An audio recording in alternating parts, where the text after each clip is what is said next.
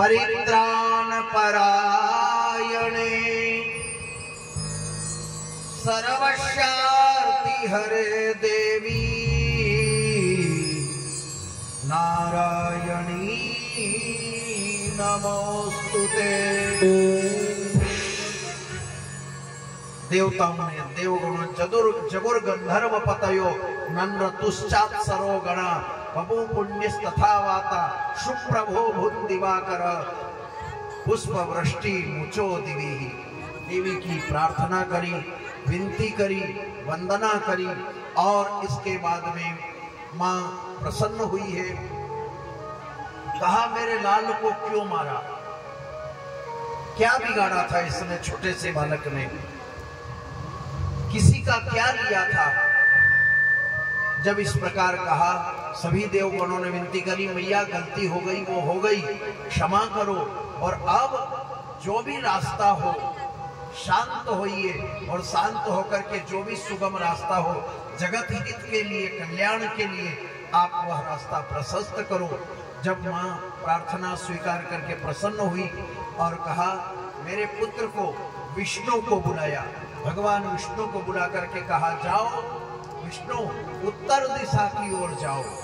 उत्तर दिशा में जाकर के जो नगर से बाहर निकलते से जो मां जंगल में वन में अपने पुत्र को पीठ दे करके सोई हो उसका शीश काट करके ले आओ। जो मां अपने बेटे को पीठ दे करके, समझ रहे हो ना, पीठ दे करके सोई हो उसका शीश काट करके ले आओ। उत्तर दिशा की ओर भगवान विष्णु चले हैं और इसके बाद में कुछ दूर चले, वहां जाकर के देखते हैं तो एक हथनी हाथी जो है गज हथनी अपने पुत्र को पीठ दे करके सोई हुई थी। उस बालक का शीश काटा और शीश काट करके सुदर्शन चक्र के द्वारा और उसको लेकर के आए और आकर के उसके धड़ पे जो बालक का धड़ था उसके शीश स्थापित करके और गणेश की स्थापना करी है। बोलो गजानंद गणपति महाराज की जय। सिद्धि विनायक गजानंद भगवान की जय। रिद्धि सिद्धि के दातार की जय। गणेश भगवान की स्थापना करी है और वरदान दिया है मेरे पुत्र को सभी देवगणों से पहले अगर पूजा की जाए तो मैं तुम्हें माफ करूंगी। सभी देवगणों के पहले गणपति शब्द का ही अर्थ यह होता है, गणपति गण यानी परिवार का जो एक रक्षक हो, परिवार का संचालक हो उसे गणपति कहते हैं। जो कमा करके खिलाने वाला हो, ला करके दे करके सबको खिलाने पिलाने, यानी घर के अंदर यूं कहें कि दादाजी हैं अथवा पिताजी जो हैं वो गणपति की पदवी में ही होते हैं। गणपति शब्द को होता है पिता, पति शब्द का अर्थ होता है रक्षक, उस परिवार का रक्षक, उस परिवार का संचालक। तो गणपति यानी गण यानी परिवार में सदस्य जो होते, बाल बच्चे जॉब करके खेती करके कमाने वाला और उनको जो जिस चीज की पूर्ति, किसी को पढ़ाई लिखाई की, स्कूल की, एजुकेशन की, नौकरी जॉब की आदि चीजों का उनको पालन पोषण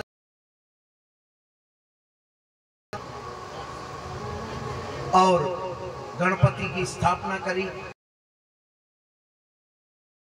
जो भी पूजा करेगा उसके सारे कार्य सिद्ध होंगे।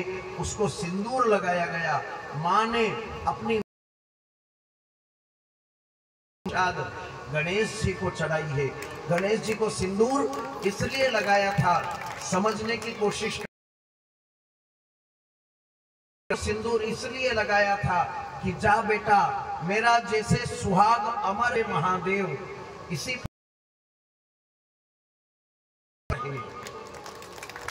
इसलिए गणेश जी को सिंदूर चढ़ाया था। तो गणेश जी को सिंदूर तो थोड़ा सा लगाया था मां पार्वती ने, हम लोग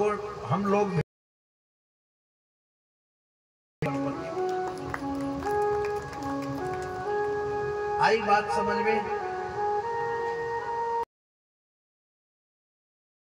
कि सर्व सिद्धि प्रदान करने वाले होते हैं, आकर्षण करने वाले होते हैं, और आकर्षण होगा तो सिद्धि मिलेगी, और सिद्धि मिलेगी तो सभी कार्य सिद्ध हो जाएंगे। हर चतुर्थी के दिन शुक्ल पक्ष की जो उज्ज्वली चतुर्थी आती है, मेरी लैंग्वेज समझ में आ रही है आप लोगों को? पूर्णम के पहले, पूर्णिमा जो आती है उसके पहले और अमावस्या के बाद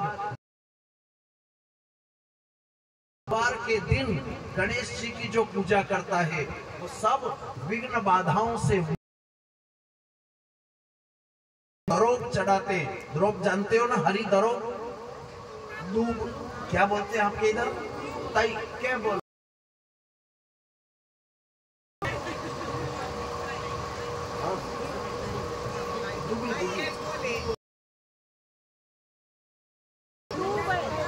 दूब दूब जो पतले पतले पत्ते होते हैं और जमीन में फैलती है। गणेश जी को दुर्वा क्यों? गुलाब जामुन खाते, रसगुल्ला खाते, माखन मिश्री खाते, न भगवान को चारा चढ़ाएं। क्या कारण है गणेश जी को दूध चढ़ाने का? भगवान क्या चारा खाने वाले होते हैं? नहीं। ये दुर्वा जो है सदैव वंश वृद्धि होती रहती है, दूब कभी सुखाती नहीं, फैलती रहती है, रहती है। इसी प्रकार से गणेश जी को दूध चढ़ा करके आशीर्वाद दिया, कोई कमी ना हो, इसलिए गणेश जी को दुर्वा चढ़ाई जाती है। और वही दूब आप से भंडार भरे रहे अन्नपूर्णा की।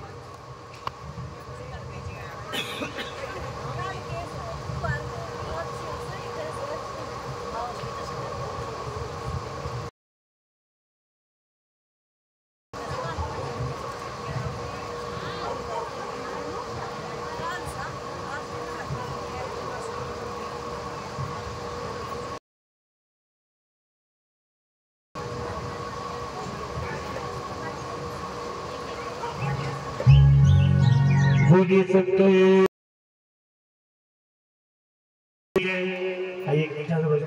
भोलेनाथ जी के चरणों में, गणपति जी का वंदन और भोलेनाथ के चरणों में वंदन करते हुए बड़े प्रेम से भगवत शरणागति से परमात्मा की और हमारी डोरी कथा से ज्ञान की वृद्धि